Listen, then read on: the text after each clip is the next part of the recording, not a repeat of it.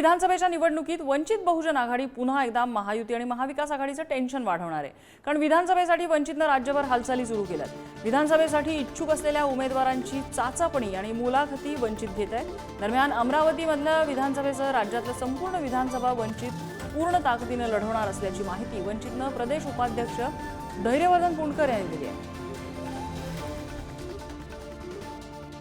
अमरावती विधानसभेमध्ये वंचित बहुजन आघाडी पूर्ण ताकदीने उतरणार आहे आणि ज्या लोकांना असं वाटतं आहे लोकसभाच्या निकालावरून की वंचित इथे संपलेली आहे, मी त्यांना एकच गोष्ट सांगतो, फिनिक्स पक्षाप्रमाणे वंचित बहुजन आघाडी पूर्ण ताकदीने भरारी घेईल आणि इथल्या पूर्ण विधानसभा संपूर्ण ताकदीने उभं राहतील।